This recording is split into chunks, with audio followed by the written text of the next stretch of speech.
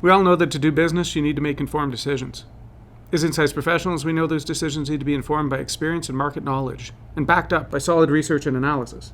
But what about when a brand wants to expand to markets it knows little and nothing about, whose culture, language, and maybe even ways of doing business in the first place are different to what it may be used to back at home? Hello, my name is Duncan McGregor, the Marketing and Communications Coordinator at Insightrix Research in Saskatoon, Canada, and your podcast host. In this episode of Stories of Market Research, the Insightrix Podcast, we're talking about doing market research in China with episode guest Andrew Kuiler. Andrew is the CEO and founder of the Silk Initiative, a brand consultancy that operates in Shanghai, China.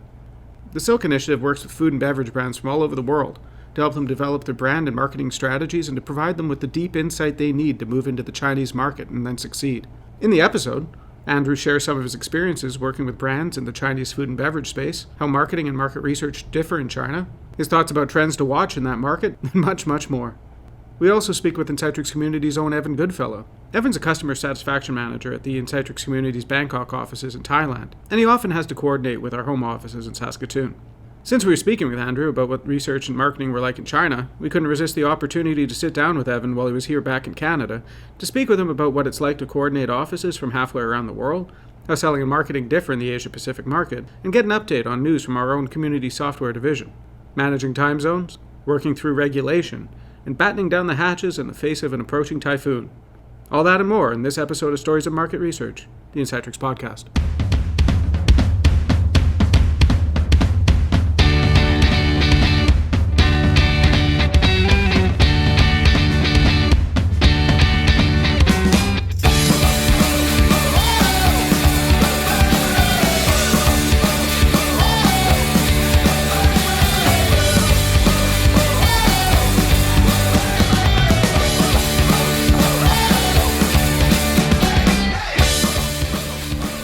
I've got Andrew Kuiler on the line. How's it going today, Andrew? It's going very, very well. Thank you very much, Duncan, for having me. Well, thank you. Thank you for joining us from all the way out in Shanghai. You were just telling us you got some typhoons on the way. We do, yes. So we've been pretty lucky this year to escape them. We're in the late summer here, but I think with global warming, we've done a little bit of a flip on the typhoon season. So, batten down the hatches today. I think it's a strong wind coming in and quite a lot of rain. Well, right on. I really appreciate you braving the weather to come on the podcast. Could you tell us a little bit about your company, the Silk Initiative, and explain how you help your clients? Absolutely, yeah. So we're a Shanghai-born brand consultancy, and we started operating in the food and beverage space, particularly, but we've branched out into some other consumer categories. Essentially, all of our work is insight-driven, so we're a team of about 10 people right now. And we work with global brands to help them on their China strategies and where they need rich insight to drive new brand development programs, product innovation, pipeline types of work, pack design, and all sorts of other bits and bobs that sit sort of in the marketing services space. We sit at the nice intersection between insight, brand strategy, product innovation, and design. So a bit of a unique shop in that regard. Yeah, really. And we have a lot of fun doing it. That sounds like really super interesting work. How did you get into that line of work? You must have some kind of connection to China to begin with, correct? Yeah, I mean, it's. I'd say I was a bit of a late bloomer in starting my own company. I'd worked for several of the big agencies for many years myself, so the likes of AC Nielsen and GfK, Ipsos, the big insights agencies. Mm-hmm. And I decided about almost 5 years ago to set the Silk Initiative up on pretty much the back end of the Australia-China Free Trade Agreement. And I just saw a huge opportunity there coming my way on Australian. I had already been in China for a good part of 10 years. I was out here in the early 2000s. That's actually where I started my insights career, out of coming out of marketing for a short period of time. And had gone on to work in New York for several years and then come back to China. And I was like, I think I want to do something in this space. I think I want to start with food and beverage. I love that space. There was a bit of a food crisis happening in China at the time as well, like a lot of issues around product safety, but those are still there as well. Mm-hmm. And with this free trade agreement, I just saw this big opportunity of cleaner, better-for-you foods that are so popular with the Chinese people, particularly from the Australian space, and not many services companies up here that had, I would say, the kind of insight background and the ability to create brands and products for companies sitting overseas. And that's really how we got started. So it was very organic. And we got a small project and brought on an intern, and we got another project and brought on a project manager, and it literally just grew organically. And now we work with brands from all around the world, from the UK, Canada, New Zealand, continental Europe, Australia. So, yeah. So working in China, in the Chinese market, and helping all of these companies from all over the world, specifically North American companies, what are the main differences you see in marketing and doing market research in that market versus the North American market, or even the Australian one? Well, it's funny you should mention that. I was on a call a few nights ago with an SVP in Chicago of a big North American CPG brand, and I got off the phone. I was like, that was such a refreshing call. It was a grown-up adult conversation about methodology and what should work and what should go where and when and what they need to get out, and sort of full transparency about what they're trying to achieve. It was nice, I think when you're dealing particularly with brands in China, things move so fast here. We've started working with some of the CPG headquarters here. The operating styles are so different. There isn't a huge heritage in things like data market research. I think a lot of things the fundamentals are being skipped over the years, purely for need of agility and speed. The market was just surging with such huge growth for many, many years, and some of those sort of fundamentals aren't there, but they do pretty amazing work. But of course, China's so big. We're talking 1.3, 1.5 billion people. It's huge. Trying to sort of decipher what is a suitable overarching consumer insight for a brand here can be difficult. It can be really different by cohorts, by regions. And as I said, just the operational challenges and the infrastructural challenges that China presents, it makes the whole process really, really interesting. It's not a consistent market like, say, the States would be, or Australia or the UK, where you can expect a certain level of consumer behaviour or retail behaviour on one part of the coast versus another city inland. The dynamics present so many challenges, and as a result, I think that's where we've been quite lucky, is that I've always been quite methodology agnostic. I'm a classically trained market researcher across multiple methodologies. That's come in really handy, that I'm sort of not wedded to any one particular way of doing things, and I've been able to make those traditional practices, quant, a bit more adaptive to today's China.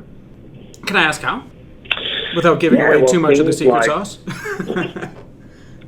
Absolutely, yeah. I think, things like digital, how to engage a Chinese consumer, for example. Like, there's not many consumers these days who want to be sitting behind a computer, laptop, filling in 20, 30, 40-minute questionnaires.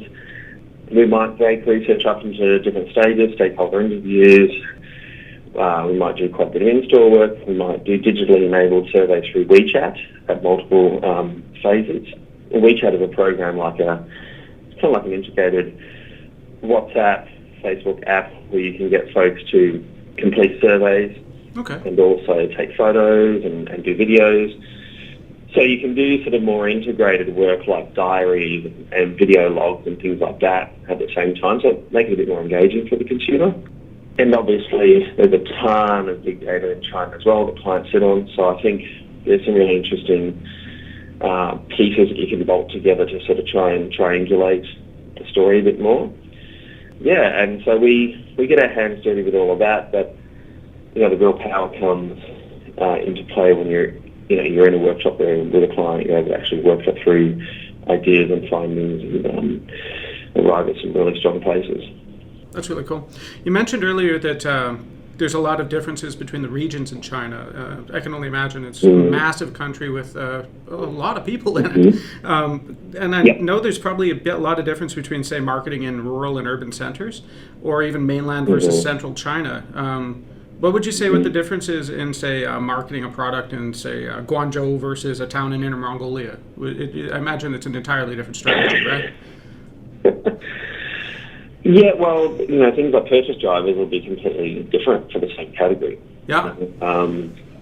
We were having this conversation actually yesterday with a client in Australia. We've got a really interesting engagement for pet care, for an organic pet food. And we're talking about just city selection, like which cities do we select? Dog and cat ownership, for example, is increasing. But I guess the role of the pet could be completely different in somewhere like Mongolia versus southern China. Okay. Or even in Shanghai, for example, like there's just been an explosion of all sorts of dog breeds in Shanghai in recent years. Okay. And, it could be 100 degrees and humid on the street, but you'll see these quite sort of elaborate, Alaskan Malamutes and all sorts of sort of show dogs walking around the streets. And they're being pampered, and consumers will spend a ton of money on them. Perhaps that same behaviour in a second or third tier city, completely different, very early days of what would be I would say acceptable ways to treat a pet, perhaps not looked after as well. So there's still some emergent categories like that. That's a classic one, where the behavioural differences are so huge. People in lower tier cities, they're concerned about food safety and supply chain issues. Cold chain, for example, is not as developed in those places. So when you go to buy, if you do have access to a pint of Haagen-Dazs ice cream, is it all frosted over and has the product separated because it's been in and out of different chillers, and the delivery trucks are not as consistent with temperature, taking it from warehouses into the store. I think what's on consumers' mind is just so different, just more practical and probably more functional. A city like Guangzhou, we've done a lot of work down there with mothers and kids. We did a lot of work on the goldfish brand actually for Campbell soup. Just looking at the role of the mum and the kid, and we kind of estimated that we think the mother in Guangzhou is probably 5 to 7 years behind where the mum is in Shanghai. The mum in Shanghai is looking for their child it's all about cognitive development. They're looking for how to keep ahead of the Joneses with their kids' kind of educational development, more interesting immersive experiences during their free time, like how to really develop the kids' social skills, whereas perhaps in Guangzhou or even lower tier cities, it's more just like, getting really good grades at school. So less developed and less sort of evolved in terms of the expectations of the kid. So big differences. Many bring into things like cuisine. There's 8 big cuisines in China. So in the States, you might expect your chicken and broccoli dishes, when you go to a Chinese restaurant, but the cuisines are totally different in different regions of China. And if you're working in the food and beverage industry, that has massive implications on product development when you're working with R&D teams. So, all keeps us on our toes and quite busy. And you're just talking about the Haagen-Dazs situation. As somebody who works with a brand, I find that a little terrifying. How do brands deal with that?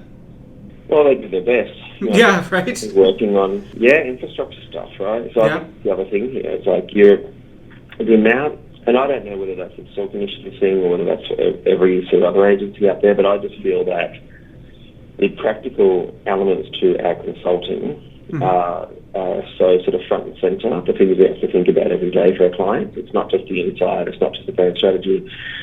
It's, what can they get away with from a regulatory point of view, like the Chinese government policy is always changing on certain elements. Obviously now you've got the trade war happening with the US, so consumers can turn on a dime on a topic. So there's just a lot of kind of noise in the background that we have to wade through when we're doing this kind of work in China. Because, as I said, like so many of those aspects are still in the development stage in China. So I think they're busy. Marketing teams here are busy, constantly in meetings with different retailers. They're constantly in meetings with agencies to understand the digital landscape, which seems to change daily here. That's probably how I would think it would be quite different. Oh, I imagine, yeah. And honestly, with a market that large, a little bit of infrastructure problems are definitely outweighed, right? So absolutely. Yeah, no, there's a lot of how do you just say it, to maybe some cultural negotiation that goes on, or even legislative negotiation as well, I imagine. Has there ever been a time where a brand, which will remain unnamed, is there ever a time that they really needed your help understanding these differences, or that you had a hard time getting this through? I would say where that kind of occurs most would be in the boardroom. So in the last year or so, I have found myself being requested to come to perhaps senior management meetings to give my expert advice, I guess, on whether China is the right market for them. How many eggs do they want in the China basket? Do they want to kind of diversify the strategy to other parts of Asia? What's the risks associated with that? So a lot of sort of risk mitigation type discussions. That is happening more and more, particularly because of the, socio-political kind of tensions and things that are coming up with China and different regions of the world and their role in the new world. Mm-hmm. So that's probably where it's happening a little bit more, I'd say, at the boardroom table. I really wanted to ask you about get back to doing research in China. Now, we were talking about infrastructure issues and that kind of thing, but do you ever run into any real difficulties setting anything up? Or do you find that that's actually something that may be not an issue at all? Yeah, like coming back to like simple things like regulatory to shut things down. Mm-hmm. There are some really cool product categories that exist overseas. We did some NPD work recently with a client, and they have access. They're interested in like alternate land use, so they're a huge agricultural conglomerate, and they have access to different types of animal meats and also milk, so sheep milk, deer milk, goat's milk, things like hemp milk, so alternate dairy. Okay. And some of those items, they don't even have a classification for them for importation. So the regulatory classification, the GBH code, I believe it's called, doesn't exist. So, sometimes it's like, well, let's just shut that project down or not bother about it. Or can you find an interesting way to perhaps merge that ingredient with something else that's more dominant so we can get the product in?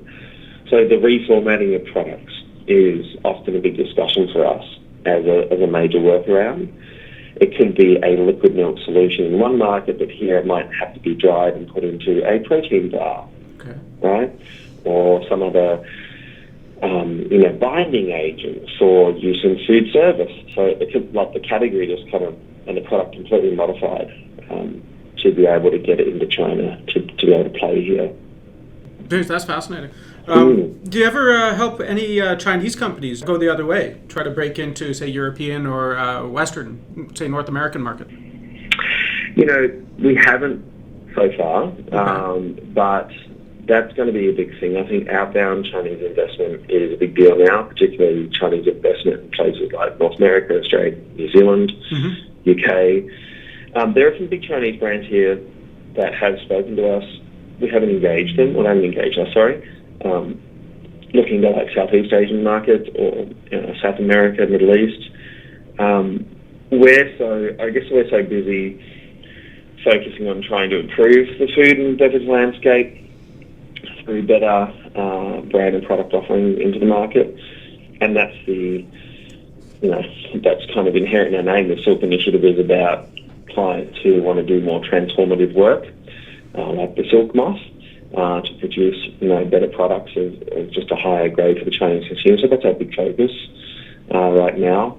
I think for Chinese brands, particularly in the food and beverage space, right now there's no extremely, I would say, high grade offerings that we would be particularly enamored with to want to help with a strategy for outbound work. Just being quite brutally honest about that. No, that's cool. That's awesome.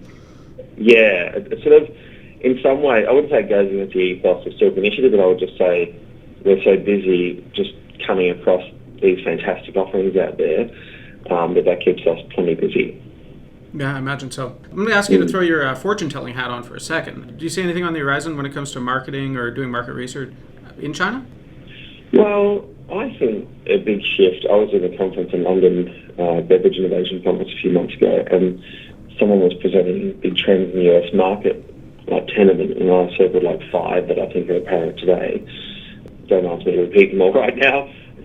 But, the big ones I think are going to be alternative meats, so plant-based protein sources. Mm-hmm. It's becoming a bit of a protein crisis here, to be honest. There are all sorts of contamination issues with poultry, with beef, with pork, seafood. That is something that I think is of major concern to the Chinese government. Obviously, people need protein to be able to grow and develop, so better sources of that. We are seeing some of that even, say in the dairy alternative space. Companies like Oatly, so oat-based milk, doing really well here. Almond milk, rice milk, etc. So that's taking off particularly the millennials. Seeing a lot of it in the cafe scene, so it's starting really in food service in a big way. I'd say even things like performance products and beverages, so the types of things that you would see on more sophisticated shelves in sports stores or your Whole Foods in the US. A lot of that stuff still isn't here. The gym scene has exploded.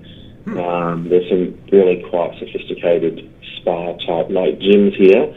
People are working out like mad, but I'm really curious. I'm like, where do they get their good nutrition? The maca powders and the nice protein powders and the bars and all that sort of stuff. So a lot of that is sourced online, or people just bring it in, from their travels from overseas. So I think that's going to be a particularly big space. I think things like hyper-personalisation, we're seeing that from brands here as well, where even the big local brands, getting consumers to co-create solutions that they want, more individualised products. I mean, a classic example of that, there's a cafe chain in China where when they give you your latte, you can have your photo, you scan a QR code, have a photo from your photo album on your phone, digitally impression onto the top of the foam on the latte. Take a photo of you and your friends or something. So that sort of stuff is happening quite a bit. Cutesy, quirky, more individualised. Yeah, and I think in general things around global flavours, people here are travelling year on year. There's huge numbers of Chinese going overseas. They're looking for new experiences. There's also been a big upsurge in sort of traditional values, I would say, celebrating Chinese heritage, poetry, literature, that sort of stuff. Some of that's making its way into brand campaigns. Nike has done that quite well this year, using some like ancient Chinese proverbs in some of their marketing campaigns, billboards, TVCs and stuff like that. So those are sort of some of the big spaces. I could speak probably all day on that. Yeah, that's really, really fascinating, actually, to me. I used to live in Vancouver and came out to the prairies, and I noticed that Chinese folks travel a lot, and they must bring back a bit of a hunger for brands that they find elsewhere. Not finding those brands could be an issue, and from what you sound, that a lot of them are turning to online shopping. Is that correct? Yeah, correct. I mean, that's the best place. If you go into any retailer here, it's either crazy expensive or you just don't get the range. To do a shop up like you do in the States or back in Australia, to get the same assortment of products, it's a pain here. You've got to go from shop to shop, get around some of it offline, some of it online. So online stores have become pretty sophisticated. There's all sorts of special stores with different products. Some of the e-commerce sites, they even do product reviews themselves. So they sort of start as a bit of a like auditing type store, and they've now gone into like social e-commerce. So online shopping is a big deal, and often that can be the gateway to China for a lot of our clients.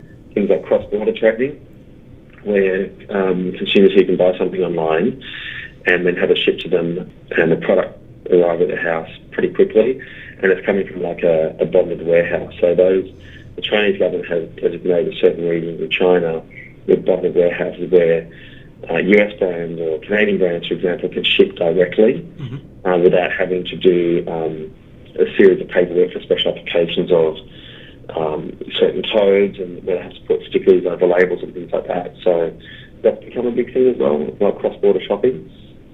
So it's really complicated, to be honest, with these landscape in China. Mhm. I could just imagine. Do you see any trends about more Chinese brands moving into North America? I know I asked earlier about your work with them, but I do see a lot more food brands coming out of China, even here in Canada. And I'm wondering if you see that increasing here in the future. Probably not. No. I think, if I'm to be honest, I mean, if we just look at what's happened recently with the trade wars, and some of the issues between the Canadians and the Chinese right now that are ongoing, there have been backlashes. I mean, one of the big backlashes in the last couple of days that I don't think many people saw coming, was the devaluation of the renminbi, from 6.85 to 7.04 or something like that. It's quite a big jump, and I think that's just an early indication of one of many strategies for China to claw back, their own terms and who they prefer to trade with. There was a huge event last year, CIIC in China, which is a big global import fair or event, and had brands countries from all around the world being represented, and all sorts of brands encouraged you to come look at the China market and do trading. So I think China is trying to sort of, spread itself more across different regions and its export interests as well. That's really cool. I wanted to ask you really quickly. I know you guys are developing new client access portal, TSI Navigator. I wonder if you could talk to me about that. Yeah, sure. Thanks for asking. No problem. So we sort of need, about a year ago for our clients, as I mentioned earlier in the call, agility, speed in China is so critical, being faster to market, trying to get those distribution points before someone else has that first mover advantage. Whilst we are a project-based consultancy, so clients come to us with a brief for some certain type of work that needs to be done, we need to sort of break that cycle a bit and have something that was a bit more real-time based. Particularly for the innovation space. And clients say, I just can't keep on top of where the ice cream consumer is going. I don't know, why these local beer brands are killing our business, in North China. Do you have something that could help me stay abreast of the changes more frequently in the market? So it sort of started with a view of, okay, can we just track purchase behaviours, changes in purchase behaviours by categories, food and beverage by region, and see if that's interesting. That survey, so we run a monthly survey, has now evolved into looking across 10 food and beverage categories, 8 regions in China, and we're measuring about 12 to 1,500 people per month, and we're asking all sorts of foresight questions. So what flavours would they want to the category? How do they feel about these products that are being launched? So we're developing a benchmarking database for clients, rating those on functional attributes, emotional attributes, basically trying to understand where is the mindset and the psyche of the Chinese consumer moving, how are they changing their purchase decisions, what do they want from brands, how are they feeling about these new product launches into the market. And we're still in beta testing, we're about 5-6 months in, but it's coming together and we've been able to produce really stunning dynamic graphs and charts in an access portal that clients can have access to, and that's been really valuable. We've been doing some work for some big CPG beverage producers here, some innovation work, so being able to tap into that real-time data and triangulate that with client data, or there might be an actual engagement that we're doing a deeper piece of research on to bolt that together to inform the innovation process, has been really, really helpful. So it's called TSI Navigator. We're beta testing with a couple of clients now to sort of iron out some of the kinks, and we'll be looking to go live with that in the next couple of months. That sounds like a treasure trove. It really does. It sounds awesome. For any brand who's looking to get into the Chinese market, that sounds amazing. And they'll be able to get that at the Silk Initiative website, thesilkinitiative.com. Yeah, folks will start to see articles coming out about that and case studies. So our website is www.thesilkinitiative.com. And obviously, if they follow me on LinkedIn, that's a great source for different news and articles that we'll be talking about for that. and also trying to find some different speaking events around the world that we think that might be relevant for audiences to understand and learn about. Well, that's awesome. I'll make sure we get a link up to your company's website on our website, so anybody looking for it can find it on our webpage. Well, this has been really fascinating, Andrew. This last half an hour has just flown right by. I don't want to take any more of your time there, it being bright and early in the morning with typhoons coming in. So thanks so much for appearing on our show. No worries. Thank you very much. It has been a pleasure. It has flown past. I'm looking out the window now and thinking, how do I make my scurry to work? Because the clouds are coming over. Typhoon's on its way, and I've got a day of work ahead of me, so I've got to somehow fit that in. Thanks again, Duncan. Hey, anytime.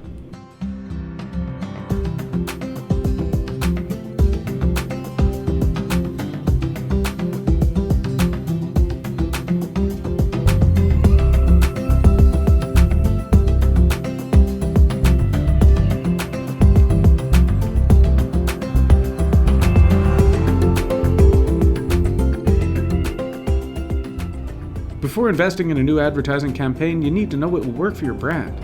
At Insightrix Research, we developed our ad testing solution to be the most comprehensive tool for assessing, predicting, and optimizing advertising performance. Insightrix Ad Check is a pre-testing research tool to assess advertising before it's launched via consumer testing to measure and maximize ad effectiveness and purchase intent. Insightrix Ad Check will optimize and enhance your copy and identify the most effective creative to produce and run, allowing you to get the most out of your media budgets by putting your spending behind proven, strong advertisements. Using standardized copy testing measures based on a battery of questions, we can quickly execute your research project, meet tight timelines, and build norms, all within 7 days from start to finish. Insightrix Ad Check survey designs are flexible, and that means we can work with you to accommodate your individual and specific campaign requirements. It costs the same to produce a bad ad as a good one. Early stage pre-testing can ensure your final production costs are invested in the very best creative. To learn more about the Insightrix Ad Check ad pre-testing solution, visit offers.insightrix.com/Insightrix-ad-check or contact Insightrix at info@insightrix.com.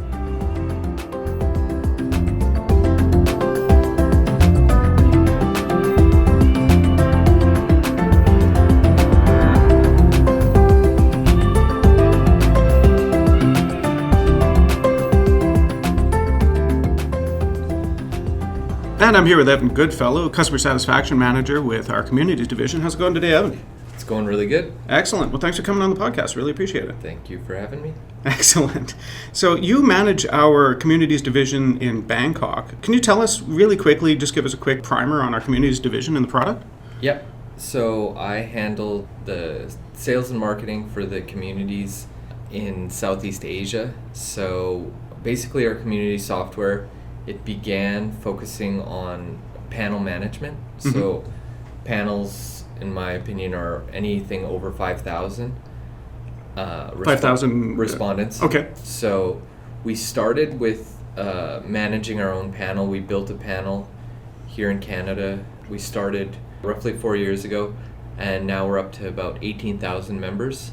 So when we first started the software, we were basically catering towards how we can make our own panel management easier.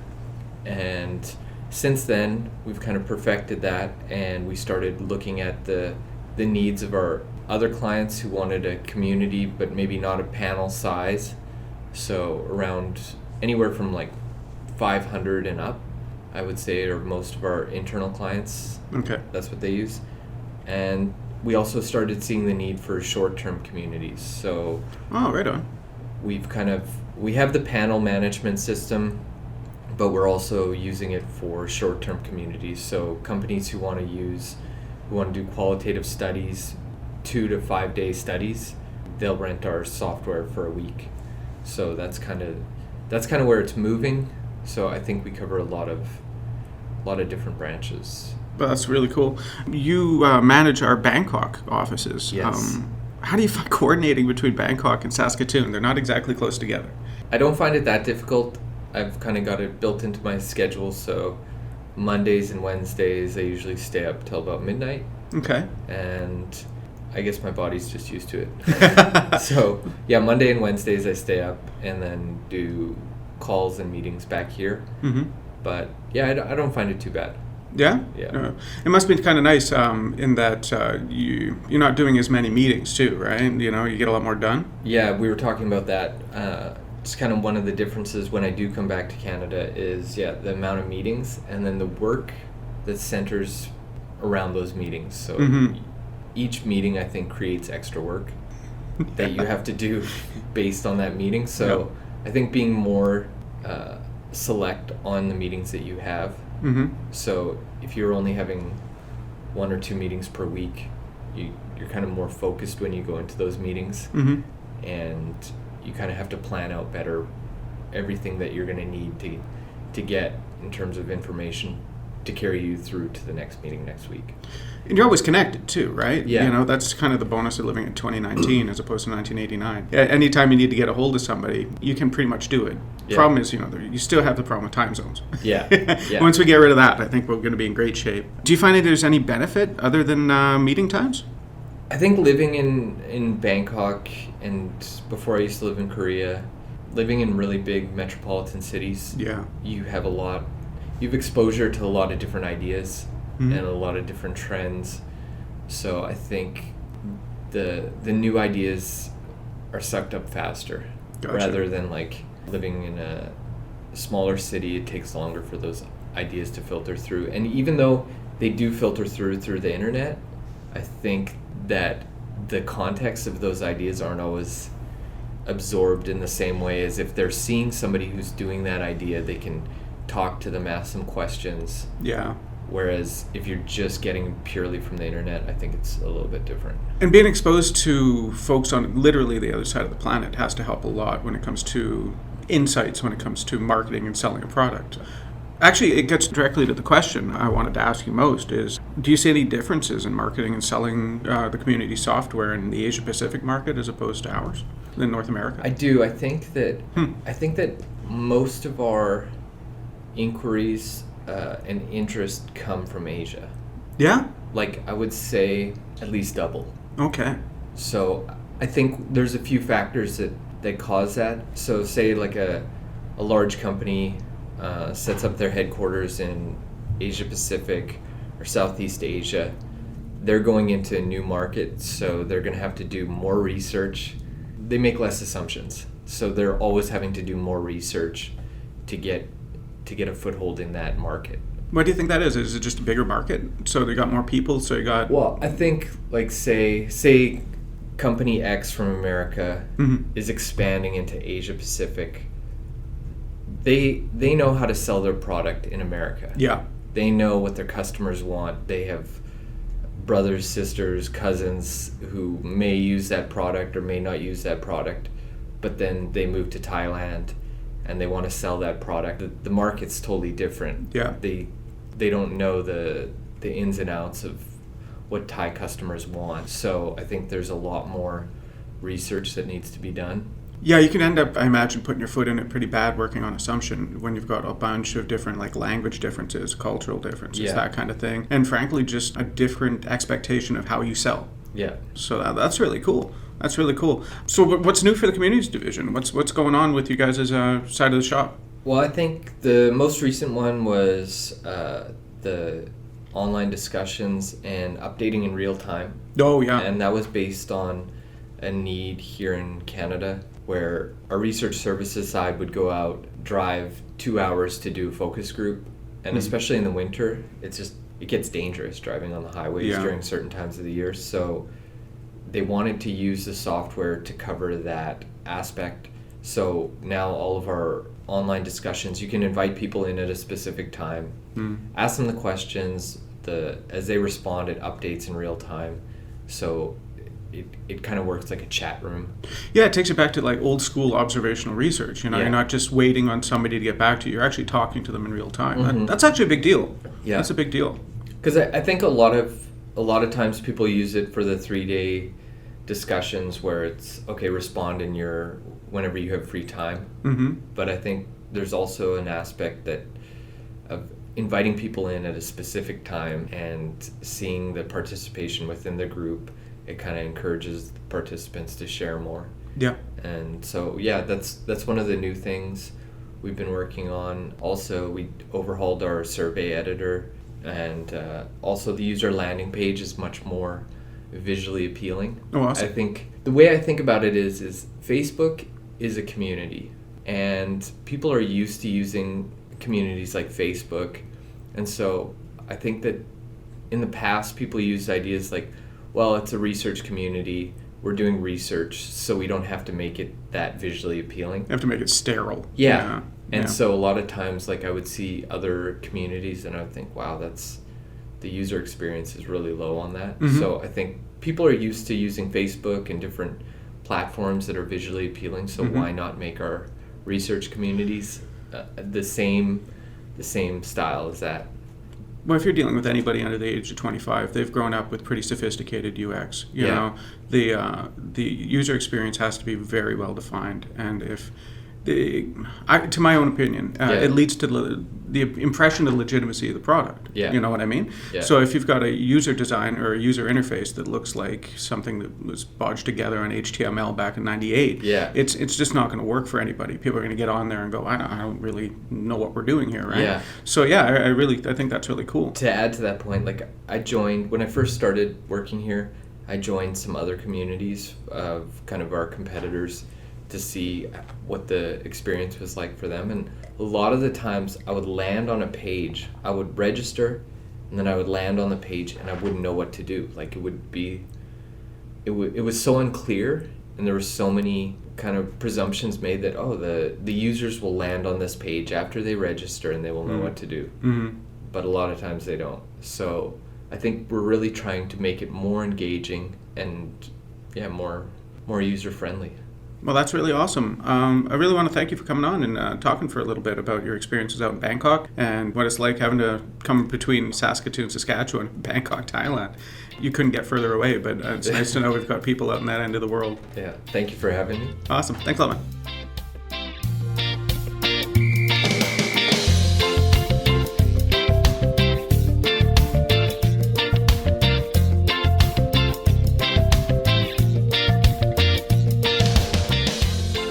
And there you have it. I'd like to thank our guest for the episode, Andrew Kuiler. Speaking with him about his work in the Chinese market was fascinating, and more than a little informative. Ended up listening to the episode a few times after getting it edited, and each time I feel like I learned a little more. If you'd like to learn more about Andrew's company and the work they do, you can find their website at www.thesilkinitiative.com. There's also a link in the podcast episode webpage too, just in case you missed it.